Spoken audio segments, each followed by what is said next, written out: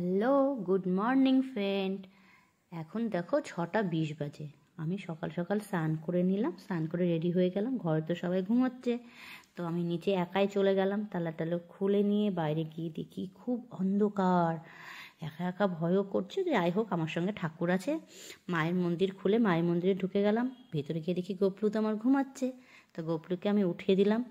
উঠিয়ে আমি এরকম করে আমাদের পৌষ সংক্রান্তির দিন ছাপ দেয়, সেদিন পৌষ সংক্রান্তি ছিল।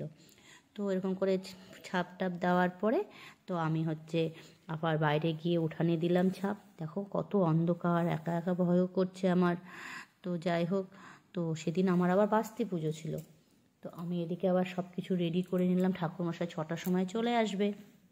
তো ফল টল কেটে কেটে আমি সব রেডি হয়ে গেলাম। দেখো আমার গাছে সেদিন দুটো এত সুন্দর লাল জবা ফুটেছিল। তো আমি একটা মায়ের ঘটে দিয়ে দিলাম, একটা বাস্তি মায়ের ঘটে দিয়ে দিলাম। তো ঠাকুরমশাই এসে নিয়ে পুজো শুরু করে দিল। পুজো টুজো হয়ে গেল, পায়েস টায়েস করে পুজো হচ্ছে।